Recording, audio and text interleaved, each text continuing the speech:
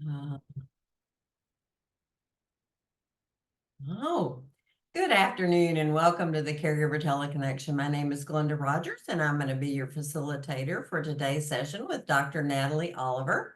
And she's going to be talking with us about trauma and self-esteem. A really good topic, as we were saying before we started the recording. So Natalee, tell everybody just a little bit about yourself before you get into your information here.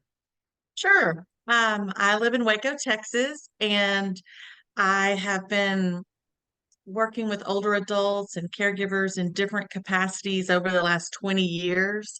And then over the last 7 or 8 years, have actually become a caregiver. And then about 2.5 years ago, my parents moved in with my husband and I because my mom's taking care of my dad who has dementia, and it just was too much for her. So I'm putting theory into practice and trying to live out and like she was talking about earlier, those podcasts and just going and reviewing all the wonderful information that's out there has really been helpful during this process. Because even though we're professionals, Natalee, when it's our own family, it changes the dynamics, doesn't it? Oh gosh, the rules go out the window. Yeah, Yeah, that's right. you forget all that, and yeah, you forget all that. It's pretty crazy. Yes, I've been down that road too. All So you right, well, ready to get going? yes, ma'am. Here we All go. right. Okay, y'all can see the PowerPoint, correct? Yes. Okay, here we go. Um, that's just a summary. And also, I will be sharing the PowerPoint with Glenda, so you don't have to stress about taking notes or anything because you can have access to all of this, and feel free to share this, use this with others as well. I always like to just give a little bit of background about myself so you know who is this person talking. And I'm a clinical social worker. I have provided individual, family, group therapy. Probably my favorite type of mental health work is working with caregivers of those of older adults. And you can just see there's a array of background there as well. I'm also a gerontologist. One of my degrees is in the study of aging because, again, I love older adults. So I've broken today's program down into a couple parts. And the first part is let's just get some basics about trauma. And we know that the impact of trauma is vast. It covers a lot of different areas. For instance, it affects us physically. So if you've experienced trauma, it can affect your appetite, your digestion, your ability to sleep. You may sleep too much, you may not sleep at all. It can affect you emotionally, where you start having guilt, shame, anger. Mentally, it can affect you where you're having trouble concentrating. You might even have some memory issues. It can affect you spiritually, where you just start questioning the meaning of life. If you had a relationship with God, it might affect that as well in a positive or negative way. And then it can affect you socially with those that you love, those that you know, and it can also affect how you relate to strangers as well. So trauma can affect you in so many different ways. And I love this article that I read. You'll see the link on the bottom, and the author was talking about saying when it comes to trauma, we're like a sponge and we just kind of soak it up and we accumulate it and to where there's no space for it to go if we don't deal with it. And they talked about on a neurological level, we create this emergency highway in our body. So whenever we experience certain types of trauma, what happens on this highway is it combines all of those things together, whether we're smelling, hearing, feeling, different emotions. And when we get triggered, it kind of just jumbles it all together on this emotional highway. And I love the explanation. It was saying some of us that have gone through trauma, we can never exit off of that highway if we don't deal with it. Some of us can exit off of it, but we start to creep back on when the triggers hit back. And so I just thought that was a really good analogy. And then a lot of times, people that have had trauma in their lives and just kind of almost become accustomed to it, it just kind of becomes a natural part of their daily life, and they're not even realizing when they're coming on or going off of this emotional highway. Trauma is definitely life-changing. And the thing I like to explain to people is it can happen at any age. And so, um, and you could have had trauma early in life and learned coping skills, but then you get back on that highway, you've had been triggered, and something can happen way further down in life. And it could have been when you become a caregiver. Traumatic events may be experienced by a person, it can be experienced by a family, a generation. It can be one single incident, or it can be a long-term chronic pattern. And so I'm giving you symptoms here, but it's so individual on how you experience it.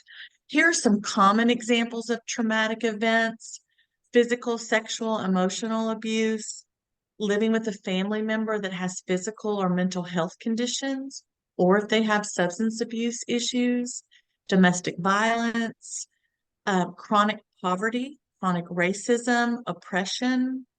If you live in a community that has a lot of violence, war, terrorism, natural disasters. So there's just a lot of different things that can lead to trauma. So trauma has the potential to shift your worldview. Again, we talked about that on the first slide of how we look at things, how we relate to others. It can also affect how we relate to ourselves. And then again, those relationships. And I put a link here about the Mental Health Coalition. They have a lot of great information that I pulled for this today. And we know statistically about 70% of adults in the US have experienced some type of traumatic event. But we know for older adults, it's some of the literature says it can be up to 90%.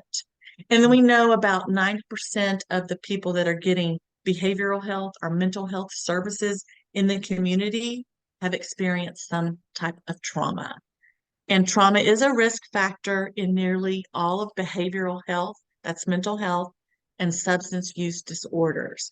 And so it's been a key topic in the last few years, and you're probably going to see a lot more addressing it in nursing facilities, addressing it for caregivers, etc. And the daily impact of trauma.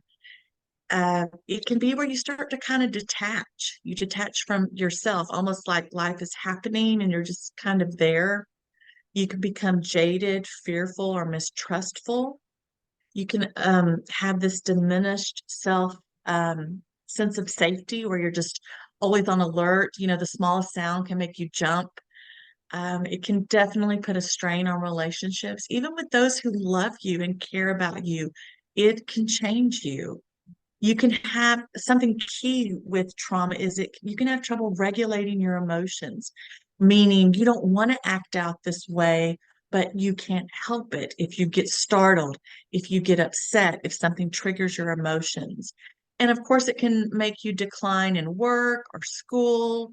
It can affect your caregiving abilities, and it can impair your cognitive functioning to where it affects your memory or your ability to focus. And I just wanted to touch on this because a lot of times people that experience trauma may end up getting diagnosed with PTSD. And if it's untreated, I just wanted to point this out that it can affect parts of your brain, it can affect parts of systems in your body, and all of this can increase the long-term chances of getting heart disease, diabetes, obesity, depression, substance use, etc. So if you've been through a traumatic experience, I would strongly encourage you to use some of the resources we talk about today and to definitely get some help. I love this. I'm not going to read all of it, but I just wanted to provide you. And this talks about, again, from the Mental Health Coalition. If you um, have experienced trauma, it tells you here's the skill on what you need to do, here's why you need to do it, and here's how you need to do it. So let's look at the first one. It says connect with others. If you've been through trauma, you need to have others in your life. Why? Social support is one of the best antidotes for trauma. Mm. So think about who in your life you can talk to, who you can trust and rely on. How do you do this? You can do, it doesn't have to, maybe you don't need to go to a therapist at this point. Maybe it's talking to a friend. Maybe you need to text someone. But if you don't have anyone in your life, there can be support groups that are out there as well. And then if you scroll down towards the second to the bottom, another skill, build on your own strengths. Why? Because trauma affects your strengths. Trauma can affect how you believe in yourself. And so when you develop your strengths, list them out, remember them, this is a way for you to help your coping skills. And so you can journal about them, you can ask others to give you feedback. And again, to just kind of pat yourself on the back and remembers a lot of those accomplishments, especially as a caregiver. Hey, you got up today and you got your person you're caring for clean, fed, you got their medicine. That's a big accomplishment. And we need to recognize that all those things that we do that other people may overlook or not even realize. This right here is a podcast. I put the link here. This is a wonderful podcast where it's Dr. Green and he just talks about trauma. It can give you some good basic information. That's for my auditory people that want to hear. So I suggest listening to that. This right here, again, like I said, you can have access to this PowerPoint and share. I love this handout on the right. So you start noticing some symptoms. Look at this. It says, are you feeling a little down, but you can still function? Are you having trouble sleeping, but you still can do stuff? If so, if you've noticed some changes, but you're still somewhat functioning, the first thing the literature is going to say is do some self-care, exercising. I'm not going to preach about it. All I'm going to say is that even just walking, and I know my personality used to be like, well, I can't do this unless I have 45 minutes to dedicate. I've got to be in walking clothes. I've got to wash off my makeup. I had all these rules, but that's not what the literature says. The literature says, hey, get in 5, 10 minutes here, 5 or 10 minutes there. So this just gives you some suggestions. Try to eat healthier. If you have anxiety, I do not encourage you to have a lot of caffeine because that makes anxiety symptoms increase. So what this chart is saying, try some of these self-care. Now, if these symptoms improve, great. But if they stay the same or they worsen, you move down to the next slide. It says, do I have severe symptoms that have lasted 2 weeks or more? So that difficulty sleeping's gotten worse.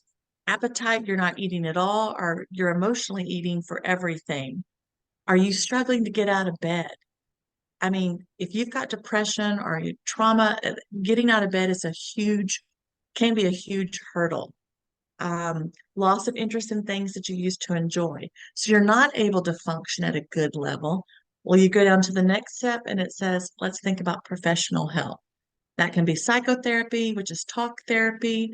That can be medication. It can be, the literature says actually a combination of both is key as well. This right here is from the Trauma Foundation.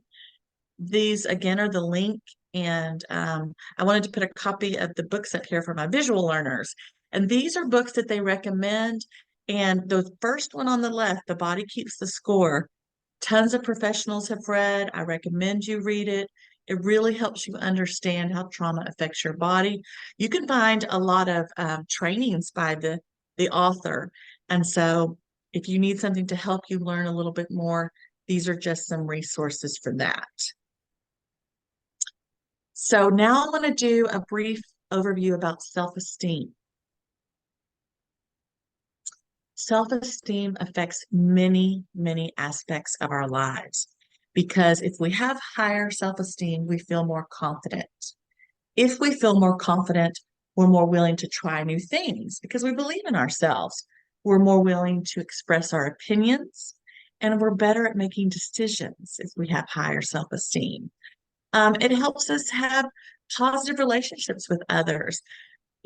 Honestly, we don't want to be with someone who's always wah, wah, right? We like those people that are confident and believe. Um, if we have higher self-esteem, we can handle challenges better. Perfectly, no, but we can handle them better. Here's some signs of healthy self-esteem.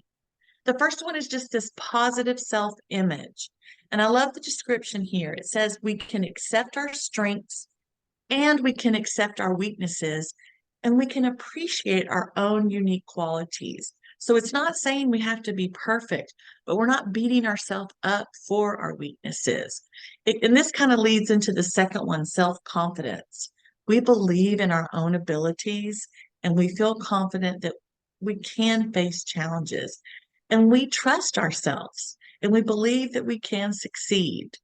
Something else with healthy self-esteem, which you'll probably hear in a lot of these trainings, are boundaries. And this is where we learn to prioritize our self-care.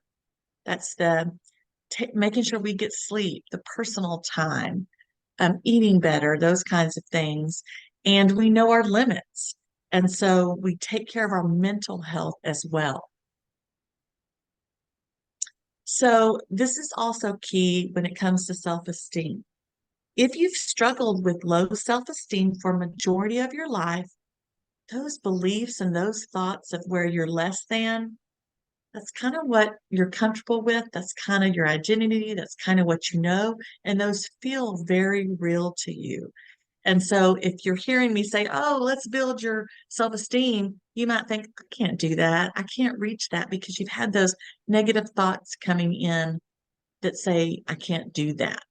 Versus people with healthy self-esteem, they know that just because they may feel bad, it doesn't mean they are bad. All of us can have bad days. All of us can have those feelings, those thoughts that come in. We call them ants, automatic negative thoughts that come in and say, I'm not a good caregiver. I don't deserve to take care of myself. But if you have good self-esteem, you know that just because we have this feeling, it doesn't mean it's real. Signs of low self-esteem is that you define yourself by your past. We are more than our past experiences, our past mistakes.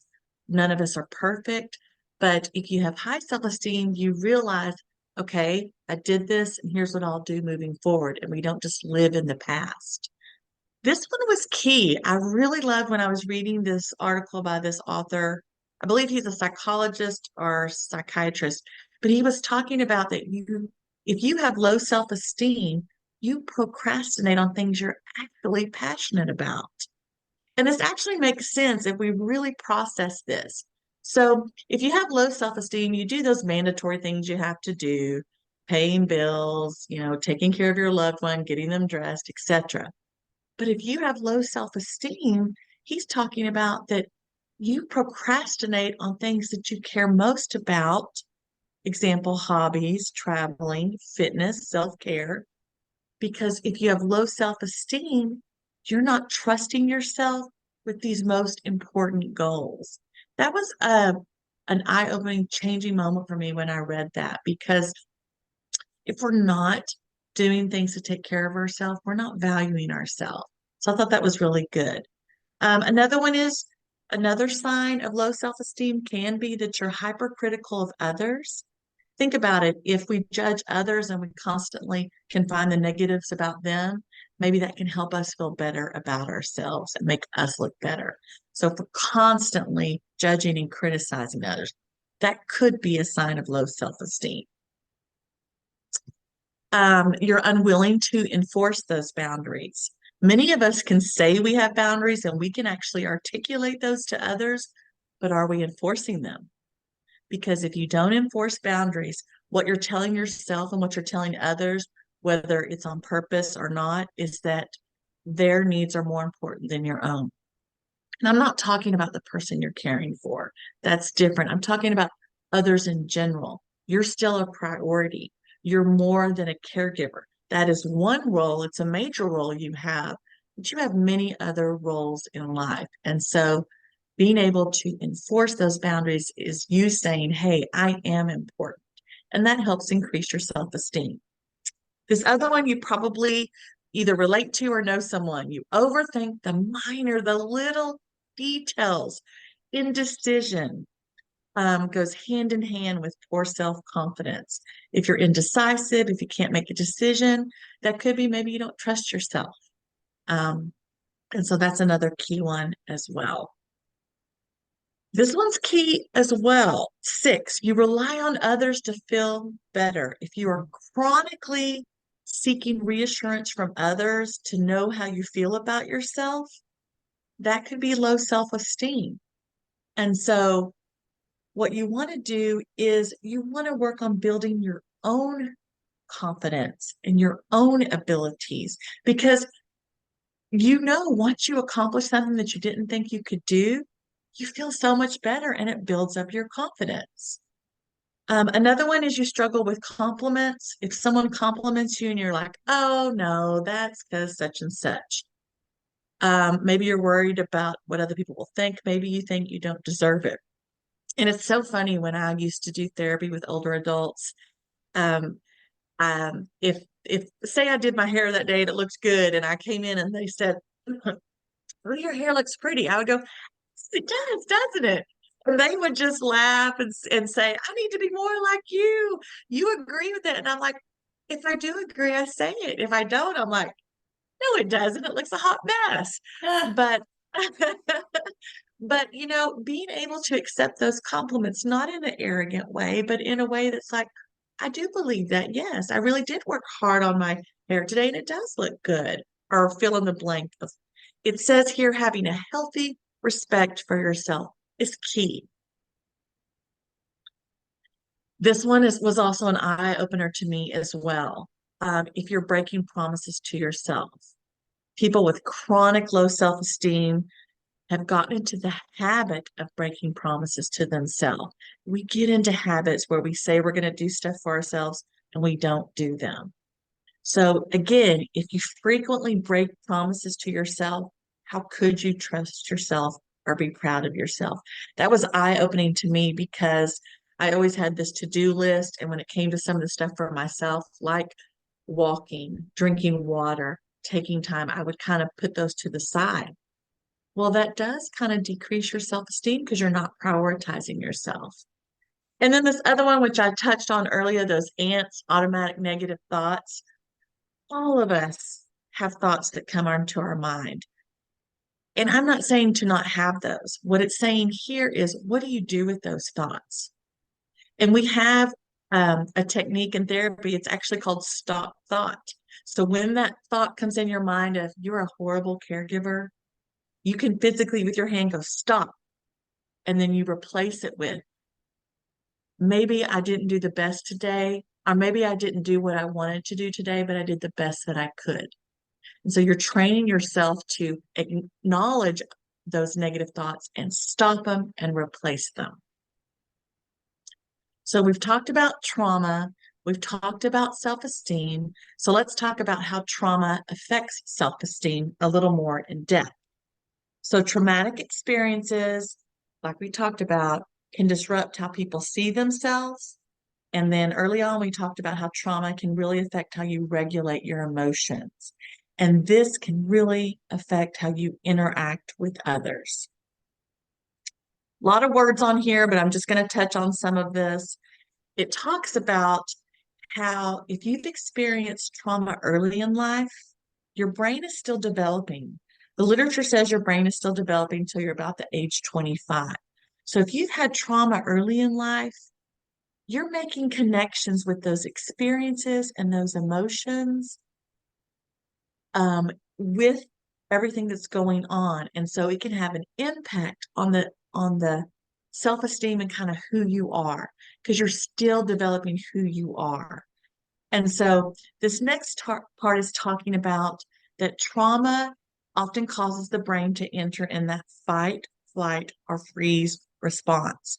And so what this article is talking about is that it can, again, link those experiences to where you're automatically, anytime you have something that reminds you of that experience, that you go into that thought process, and then you can't regulate your emotions. It's affecting your trust with others. All of that interplays with each other.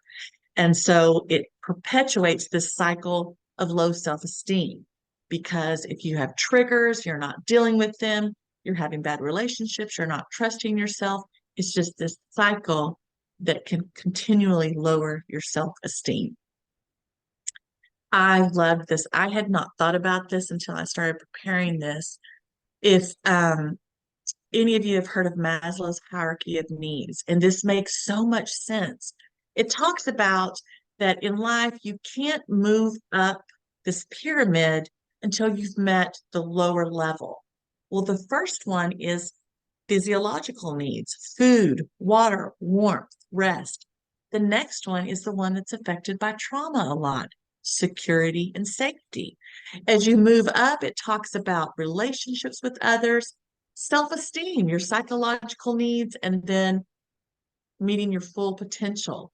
So what this is saying is that if we can't work through and get our basic needs met and work through our trauma and feeling safe, we're not going to get to the point where our self-esteem is at the top and the best that it can be. There are some common negative beliefs that survivors of trauma have.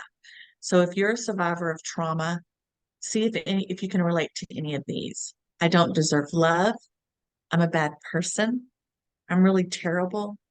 I'm inadequate and worthless. I'm not worthy. I'm stupid and dumb. I'm a loser. I'll never be successful. So what's the point of trying? I feel like everyone hates me. I feel like everyone is judging me. I deserve to be unhappy, and I deserve these bad things that happen. I don't belong anywhere. No one understands me. I am damaged, and I am ugly, and no one would desire me. So what I hope you hear today is that self-esteem starts from within. Trauma affects our internal landscape, or how we internalize things, how we process things, how we feel and think about things. So these emotional struggles that occur from trauma, like fear, sadness, etc., can lead to where we start to self-criticize, talk to ourselves negatively, not believe in ourselves. That can lead to low self-esteem. So if we recognize the trauma we've been through, and we recognize that it's playing a role in our self-esteem, it's possible to get the help that we need to start the journey of healing. So let's talk about some ways to improve our self-esteem. Self-esteem is not fixed. It can always be changing. So that's a good thing, is that we may feel good one day, we may feel bad one day, but we can always feel good the next day. And so just like we have things that can impact negatively our self-esteem, there are things that can impact our self-esteem in a good way. And the first one is self-awareness. Or in therapy, your therapist might say, you've got good insight. How are you able to be aware of your feelings? Are you recognizing your triggers? Are you recognizing your responses? Are you recognizing those negative thoughts that are coming in? And so if you can do that, that's a great first step. Another one that can help you is doing the self-care, taking care of yourself. And then the next one is, of course, having a wider support system. As caregivers, we often isolate ourselves. It is so unhealthy. That can lead to depression. Depression can lead to suicidal ideation or thoughts. And so it's so important to have a good network of support. How do I increase and build my self-esteem? Focus on your strengths. Remember that chart we looked at earlier? It talked about focusing on your strengths to help build your skills and help with your trauma. So focus on your strengths. Recognize them, celebrate your achievements, no matter how small, because this helps build your confidence. If you're like me, I love a checkoff list. I love to have it. I love to check it off. It makes me feel good. It builds up my confidence. And I'm like, oh, I did that, and I move on. Maybe you need to do that. Practice that self-care. Be kind and respectful to yourself. When I was practicing therapy, I would always ask the client, are you treating yourself as nice as you would treat your friends or your loved ones? Because we don't. A lot of times we're so hard on ourselves. Surround yourself with positive people. You need uplifting people that can help you see your worth. And if you don't have that in friends or family, maybe you can find that in a support group, in person, online, etc. This next one's key. We've got to set realistic goals, those smaller, achievable steps. So you can't say, okay, I'm going to lose 10 pounds in 2 days. That's not realistic. So we have to break those goals down. Same with self-esteem. You can't say, I'm going to never get depressed again. My self-esteem is going to be perfect. No, we've got to break those into steps because, again, achieving them helps motivate you. This is just an exercise. I'm going to give you a secret away. A lot of therapists use therapistaid.com, excuse me, because they have free worksheets and information. Hmm. So this is a great resource for you to use. You can go in there and it breaks things down. Anger, depression, self-esteem. I love this exercise. This says identity art exercise. Identity is how you think about yourself, describe yourself, and present yourself. So you are a caregiver, but you are more than a caregiver. For me, I am a caregiver. I am a wife. I am a professor. I'm a volunteer.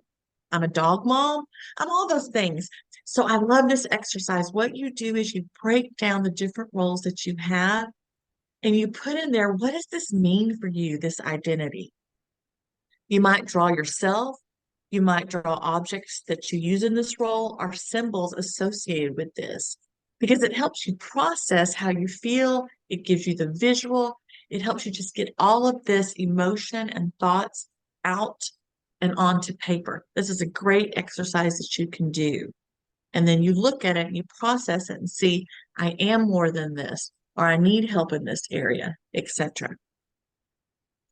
Another exercise is identifying your safe spaces. A safe space can be a person, a place, or an activity that helps you feel calm, comfortable, and supported. And what's key is you get to be yourself. You don't have to pretend to be the best caregiver. You don't have to pretend to be this or that. And it's there for you no matter what kind of mood you're in.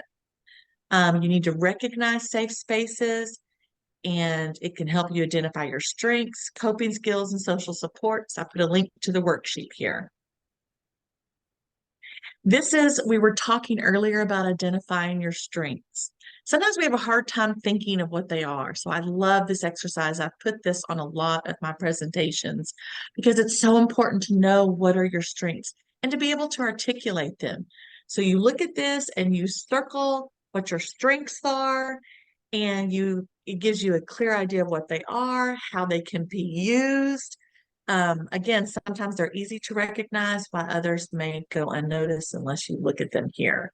So this is just a worksheet that you can circle them, process, think about it, and explore new ways to use your strength. Like say you're an honest person. Well, are you being honest with the help that you need as a caregiver? Are you being honest with those boundaries that you need to set?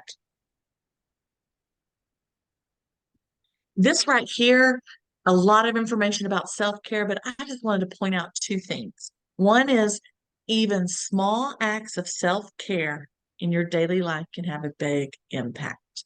Again, 5 minutes is better than nothing. You don't have to go jog a mile. You can get a can of peas and corn in your arms and do this during commercials. Any movement is better than none. A lot of the literature you've probably heard says that having a sedentary lifestyle is the new smoking issue. Mhm. Remember back in the day, we heard about smoking. Now it's about, and I'm guilty, we're sitting behind this computer screen. Any little thing you can do. And then self-care looks different for everyone. Do not compare yourself to someone else who's a caregiver and they get to go walk 5 miles a day or whatever. It's very individual. This was a great quote I loved. It says, self-esteem is your reputation with yourself. And like any kind of reputation, self-esteem is earned. And so the key here is talking about being consistent with your actions and what you're doing.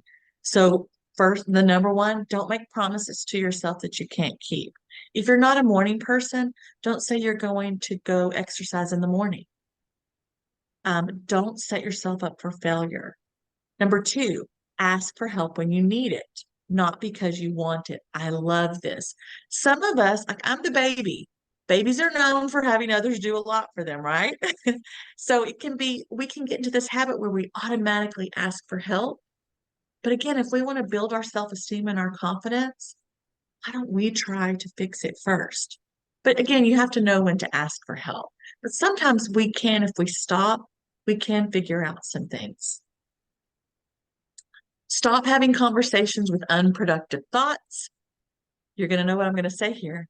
Ants, automatic negative thoughts. We have to stop those. Just because you have a thought, it does not mean you have to keep thinking it. And so, not letting yourself be a victim of your own thoughts. Number four, trust your values, not your emotions. This is so key. Stop and think about, what do you value? Again, if I value honesty, am I being honest with myself about caregiving, what I need others to do, if I feel hurt from others, what I can do, what I can't do? Am I being honest that maybe it's not time to be a caregiver anymore and I need to get some respite or think about a new living situation? So really thinking about your values. And it says, we can't be perfectly mindful and rational all the time. So we end up making quick decisions and trusting something much of the time. So the question is, when your emotions are in competition with your values and you have to pick one, which one is it going to be? That is huge. We have a whole therapy designed on values. And so it's key. That's something else you could talk about. A therapist would talk about you with is, let's list out your values and what actions are you taking to live out those values. So I have here, many of you have probably heard of Brene Brown. She's well known, talking about motivation, your values, etc. And it says, living out your values means we do more than talk about it, we practice it. So again, another worksheet to help you think about, what do you value here? And the exercise she gives here is, what are three of my frequent behaviors that demonstrate a particular value? Do I behave in a way that doesn't support a particular value? How does that make me feel?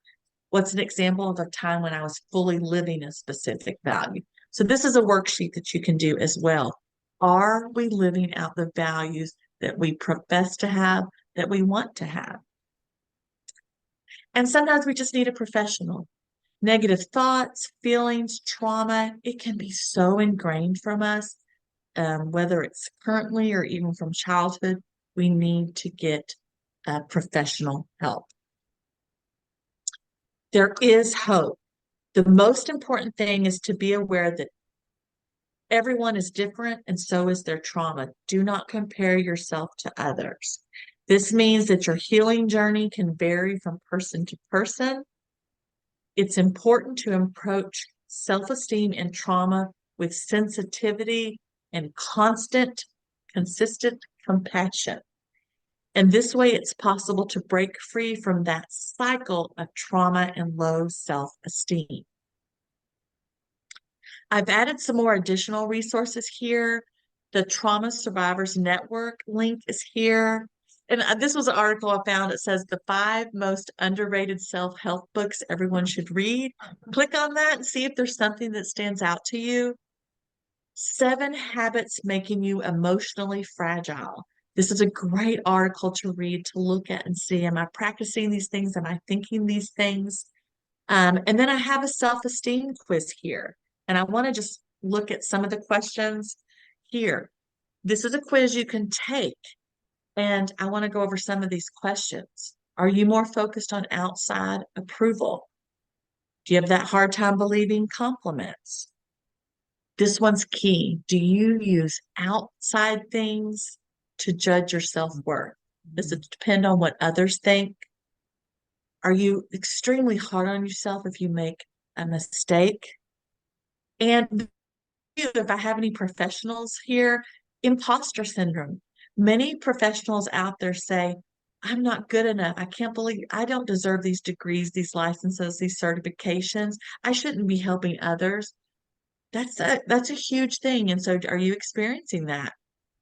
Um, do you say unkind things to yourself that you would never say to that friend? Other questions. Do you shy away from putting yourself out there and taking risks to create opportunities? Do you like who you are? Um, do you trust other people's judgments of you over your own? Do you worry you're not good enough? Do your insecurities play a big role in your life? So this is a quiz you can take and look at and really think about how many did I say yes to this? Is this something that I need to get professional help for? So in summary, we talked about trauma. We talked about its impact. We talked about some important skills that you can use, and we talked about some resources. And then on self-esteem, we talked about why it's important. And we talked about some signs of low self-esteem, and we talked about some signs of high self-esteem. We talked about how trauma affects self-esteem. We even looked at the Maslow's hierarchy of needs, um, and common negative beliefs of trauma survivors. And then we talked about ways to improve self-esteem. Are we self-aware? Do we have that insight into ways that we are interacting with others, those negative thoughts coming in? Are we practicing self-care? Example, boundaries, meeting some of our most basic needs. Are we taking care of our mental health, our physical health, our spiritual health, our financial health? Are we looking at all of those areas? Do you trust your values, not your emotions? Again, do you need to get professional help? And then I put some additional resources and self-esteem quiz. That is a lot of information, and I it's a lot. And so, but I wanted to provide you the most resources possible. And now I'll turn it back over to Glenda. Thank you, Natalie, so much. It is a lot of information, but it's a lot of good information. So Thank that's you. better than a lot of bad information. For sure. One thing I wanted to bring up because it's just so current with us. You said that trauma can happen at any age. And did COVID and the 2-year lockdown and all of that, did that create trauma that we're still trying to recover from? Definitely, we saw an increase in depression. We saw an increase in suicidal ideation, whether it's passive or active, meaning passive suicidal ideation would be, I'm okay with going to sleep and not waking up, versus active, I want to end my life. We saw that a common in general, and we saw an increase, especially in older adults. We already know as caregivers, we already naturally start to isolate ourselves, but that increased so much with COVID. And what we also found out with COVID is, and I was just talking with my mom about this earlier this morning, COVID kind of changed how we socialize and how we do things. And even my mom used to be the most social, outgoing person.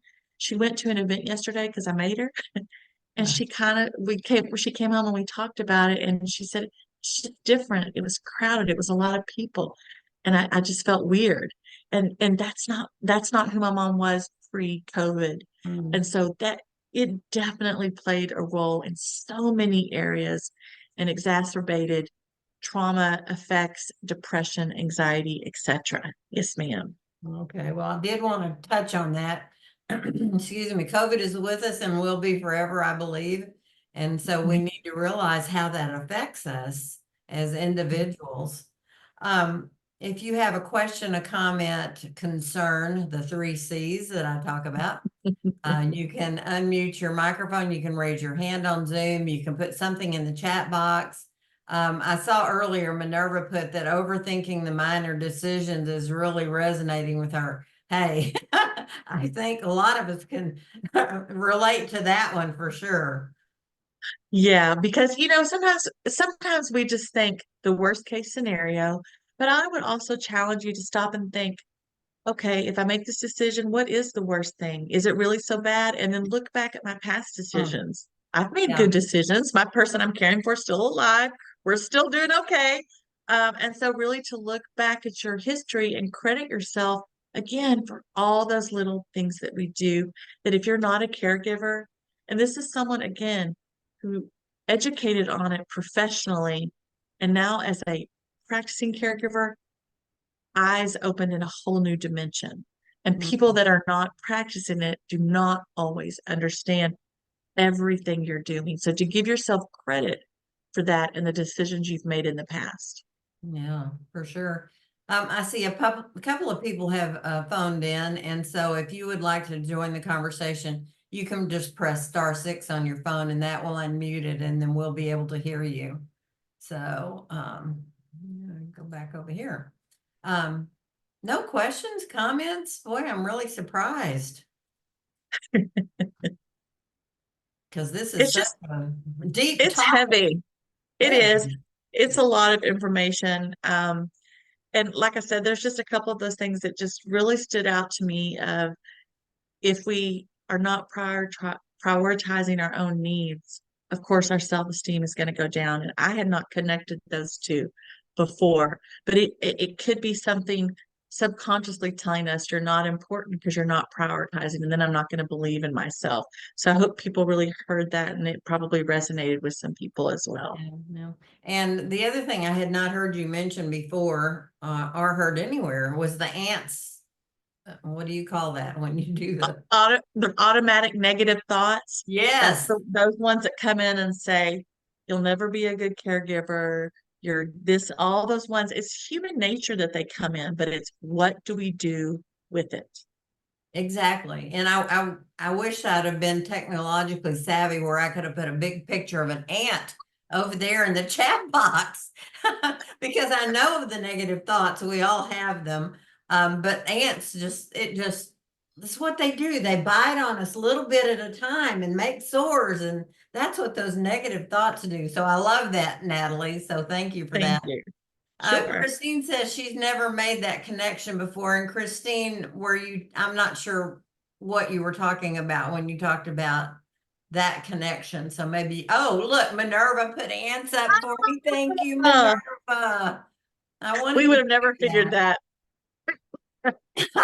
I wanted to do that, but I just didn't know how. So anyway. So Christine, can you elaborate a little bit more on what you were talking about? The connection is that you had never thought about before? You can either Oh, unmute. Yeah, oh, there you go. oh, her mic's not working. I think she had put that right up when I had said if we're not prioritizing ourselves, we're not doing those things, of how it can affect our Ah, self-esteem, even subconsciously, if we're not thinking of it. We think we're being a people pleaser and we're helping others, but really what we're telling ourselves is you're not valuable enough and you're not worth it. And so it does affect our self-esteem. and that's what she said, yes. So you're right on target. You absolutely are. Any other questions, comments? Uh, yeah, so true. Never put it together that way. Yeah, it's every day is just like an awakening, no matter what your age. And I just love it. I just absolutely I love do it. too. I do too. So let me tell you a little bit what's coming up on the Caregiver Teleconnection, and we'll have a little more time if something strikes you and you want to bring that up. Okay, so I'm not facilitating this session I'm going to tell you about, but I should be. Dr. Barry Jacobs is going to be back with us on Tuesday, April the 23rd. He's going to be talking about, are you a control freak caregiver? Hello. Yes. If I were Love it. giving, yeah, I do too. If I were a caregiver right now, I would really need to I need to listen. go to that one. Yes, I need to go to that one. It's going to be at 11 o'clock Central Time. There it again is on Tuesday, April the 23rd. And I'm so sorry I'm not facilitating that session, which doesn't mean I can't tune in anyway, which I can. And then on Wednesday, April the 24th at 11 o'clock Central Time, I'll be back with you. And our presenter for this one is Sheila Moore. And she's going to be talking about empowering care partners, tips, tools, and takeaways, supporting those caring for someone with Parkinson's disease.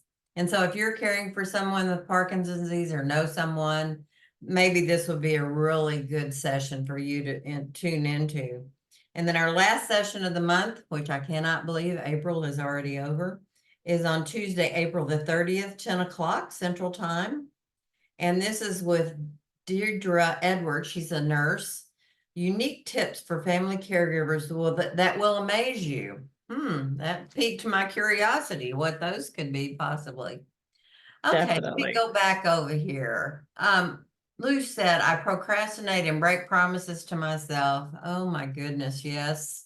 Yes, we can relate to that. And For sure. I would just say break that down into the small steps too. It's just say in the next 7 to 10 days, I'm gonna make 20 minutes to do whatever you want it to do. And then it's just the small things. Just it's one little thing at a time. We don't go from 0 to 10. We Yeah. go from 0 to 0.5 to 1. And so if you can just do it in those little increments, it slowly does build up. Yeah. And it's hard to imagine it can work like that when you think about the big picture. We just try and eat the whole elephant at one gulp. Yes. Minerva said she's going to start the poll, which I talked to you about early on if you weren't with us in the very beginning. And it just popped up on my screen, so I assume it did on yours. This is our post survey for getting feedback from you about what you thought about the session. Usually it's sent out as an email attachment, and we just, technology, we're trying to use the new technology to get more feedback from the people that are attending the sessions. We have a lot of thank yous, Natalie, over here. Yeah, I'm like you, Chris. I think I'm gonna have to print it out even and listen to it again and share it with others that I'm concerned about so that they can get the insight that we got today from Natalie. And I have Thank to you. say, this is her last session with us, and I'm gonna say for a while, because she What? is living the life of a caregiver and she is setting her boundaries and she is taking care of herself by backing off of something. And this just happens to be what she has to back out from. And so we love her. I love being with her. I Thank love you. facilitating with her, and I love hearing everything that she has to say. And I am saying she will be back with us in the future when her life gets a little calmer, for sure. So we have Thank about you. 5 minutes. Anyone else have anything that they would like to share for the good of all, or a question or a comment? Oh, thank you, Hello? Christine. Yeah, I know a lot of you second what I had Hello? to say about Natalie. She's just a dear Thank person. you. Cares so much. And that's what Thank I get you. from you more than anything, Natalie. Thank you. Uh-huh. Thank you. Thank you. I'm looking at this Yeah. survey and, Deborah's unmuted. huh? Oh, Okay. I'm not Deborah sure. was unmuted, but now she's muted again. Oh, probably was an accident. So explain a little bit about this. Minerva, I've never done this. Do you just click on the answer that you want to choose, or? Correct. You would just go through each question, click on your answer, and that's it. Okay, all right. Well, hopefully this will give us more feedback and it easier for you instead of having to go through an email. So that's great. I like this. We'll see how it works out. Thank you for participating. I should say to each and every one of you for taking the time to do that. Well, okay. I don't see any more questions. Natalie, do you have some closing remarks before we leave the session? I'm so glad you came. Please take advantage of the information. Listen to the podcast they have. There's just so much remarkable information provided. And honestly, doing these sessions has been just as therapeutic, if not more, for me than it has probably for those that attended. So it's been a great ride. I'm sure I will be back. But yeah, I've got to practice what I preach. And right now, that is my full-time job and then my unofficial full-time job at home as well. So thank you for the opportunity. No, thank you so much. All right, everyone. It's just been wonderful having you with us today for this great session that was just jam-packed of all kinds of good information. You will receive a follow-up email that will have Natalie's presentation there for your use. I encourage you to go back through, click on some of those hot links, because I know that's going to take us places that we need to go, even if we don't know it.